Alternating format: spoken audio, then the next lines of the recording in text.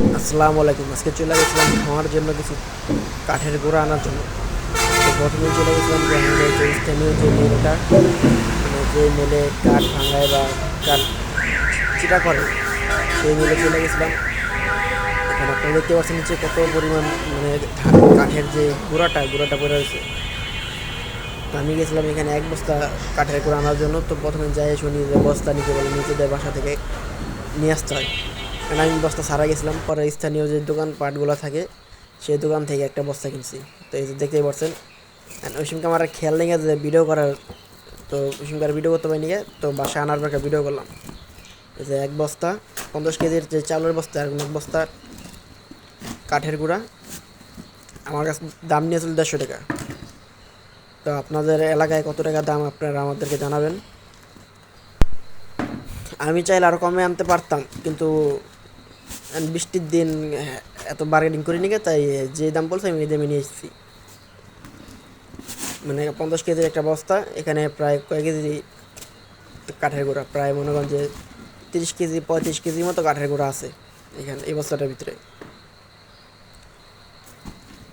এটা আপনারা দেখতে পাচ্ছেন কী পরিমাণ কাঠের গুঁড়া। ওনারা আবার লোক ভালো, মানে একবারে যাইতে যাইতে ভরছে, যতটুকু ভরতে পারছে ভিতরে। এই সে কাঠের গুঁড়ার যে অবস্থাটা, না আলহামদুলিল্লাহ ভালোই। এই বৃষ্টি বাদলের দিন যে শুকনা কাঠের গুঁড়া পাওয়া যেত অনেক কিছু। আর আপনাদেরকে আমি বলছিলাম যে আগে আমি অনেক পরিমাণ বাছুরিকা পাখি বলতাম, আগে আমি সব কিছু খাঁচাতে পারতাম। তো এই খাঁচার দুইটা এখন এইখানে পড়ে গেছে, ভিতরে আমার আরও খাঁচা আছে।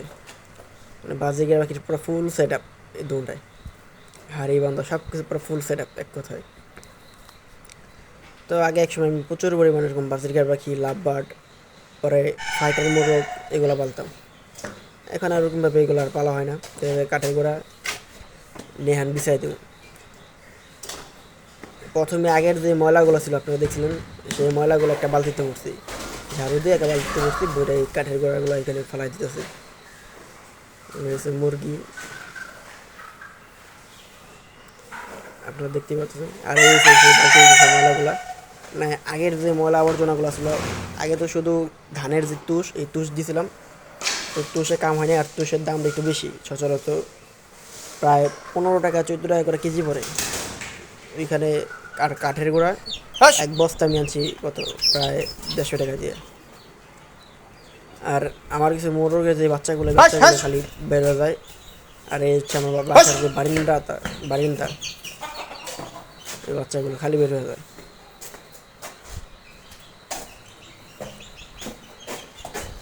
এই হচ্ছে আমার ফুল দোতলা, নিচতলায় আমরা থাকি, আর দোতলায় আমি এই মুরগিগুলো পালন করি।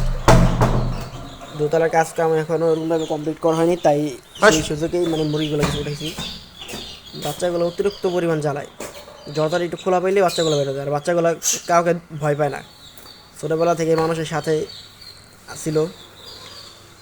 তো এখানে দুঃখের সংবাদ হচ্ছে এটাই যে আমার প্রায় 10টা বাচ্চা ফুটছিল, এখন সকল মুরগি মারা যায় টিকছে মাত্র 4টা। মানে 4টা দিকে এখনও বলা যায় না 4টা থেকে কয়টা টিকে। শুধু তো করবে না।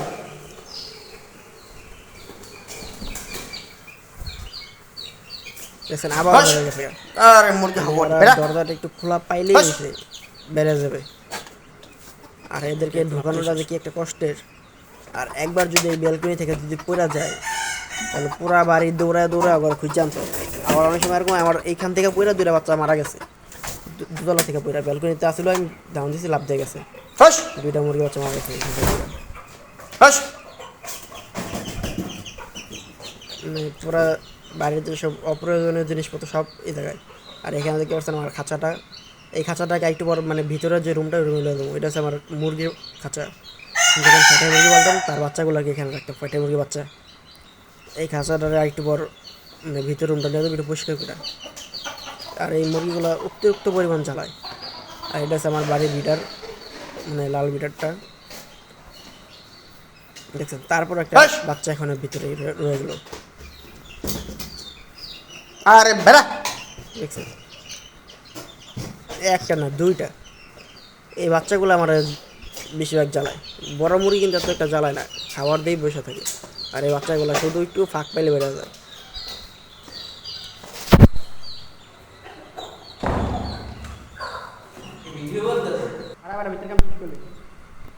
নতুন করে এই যে যে ধানের যে গোড়াটা বা কাঠের গোড়াটা বিছানে পড়েছে এরকম দেখতে দেখা যাচ্ছে।